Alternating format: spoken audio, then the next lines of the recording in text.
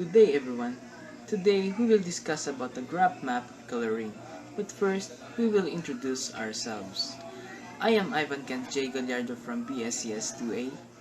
Good day, I'm Eljon Escalona. Cyril Maravilla. I am Alexis G. Garsanella. Jan Joseph Alvarez. And I am Janela Franco. What is graph map coloring? Graph map coloring. In a graph theory, graph coloring is a special case of graph labeling.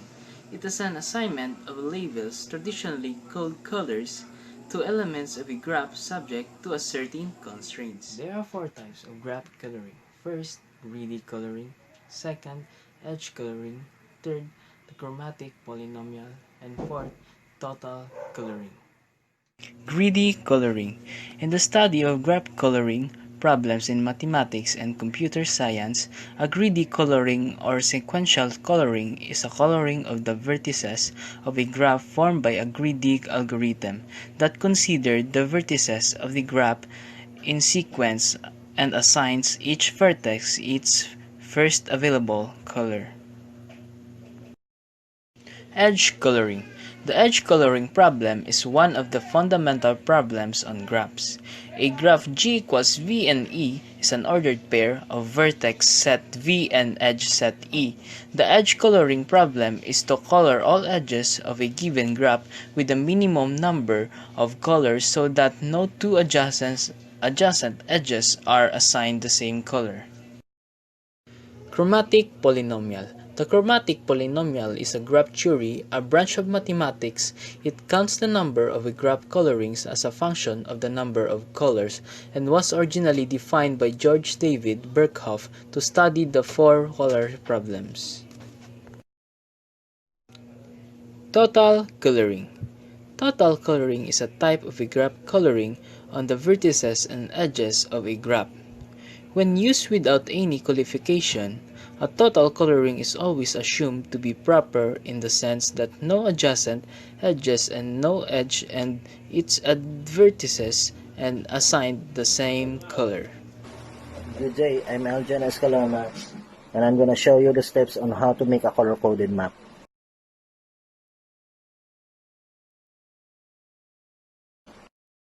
First is to open your map, then the second step is to click the add button. After that is to select the boundaries. Also, you must select the boundary you want to add to your map. Choose paste colors from a spreadsheet. Next step is click to download the sample spreadsheet. Another step is to open the template in Excel. You'll see the shape name in the first column and the color you would like to appear in the second column. Make any updates you need in the spreadsheet. Delete any rows of shapes you don't want to appear on your map. Another step is copy and paste the updated spreadsheet into Mapline. Be sure to include the column headers. It is the shape name and color. And last but not the least, if you're done, just click OK. What is graph coloring used for? Actual colors have nothing at all to do with this. Graph coloring is used to solve problems where you have a limited amount of resources or other restrictions. The colors are just an abstraction for whatever resource you're trying to optimize, and the graph is an abstraction of your problem. What is proper coloring in a graph theory? A proper coloring is an assignment of colors to the vertex of a graph so that no two adjacent vertex have the same one-page two color. A K-coloring of a graph is a proper coloring involving a total of a K colors. Good day everyone. My name is Alexis G. Garsanella. So in this report, I'm gonna explain method to color a graph. Method to color a graph. The step required to color a graph G with n number of vertices are as follows. Step 1. Arrange the vertices of the graph in some order. Step 2. Choose the first vertex and color it with the first color. Step 3. Choose the next vertex and color it with the lowest number color that has not been colored on any vertices adjacent to it. If all the adjacent vertices are colored with this color, assign a new color to it. Repeat this step until all the vertices are colored. Example, In the above figure, at first vertex A is colored red, as the adjacent vertices of vertex A are again adjacent. Vertex B and vertex D are colored with different color green and blue, respectively. Then vertex C is colored as red as no adjacent. Vertex of C is colored red. Hence, we color the graph by 3 colors. Hence, the chromatic number of the graph is 3. John Joseph Alvarez, BCS2A. What are the 5 colors on a map? There are 5 different colors on military map: brown, red, blue, black, and green. Color are used to make the map easier to read. Some maps add additional color to make the map readable. Each of the colors present a different terrain.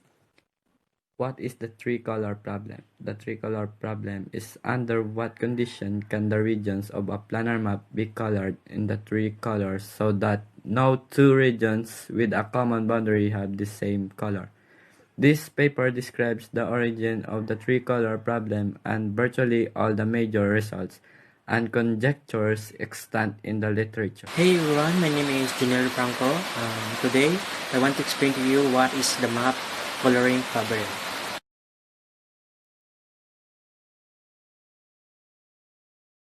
Topological graph theory is the map coloring problem.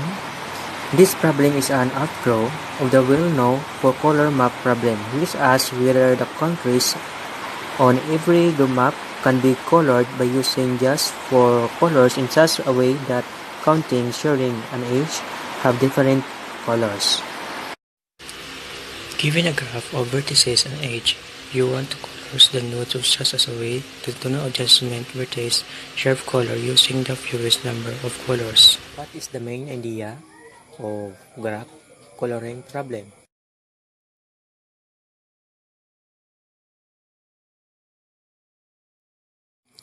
Graph coloring problem is to assign colors to certain element of a graph subject to certain constraint. Vertex coloring is the most common graph coloring problem. The problem is, given m colors, find a way of coloring the vertices of a graph such that no two adjustment vertices are colored using same colors.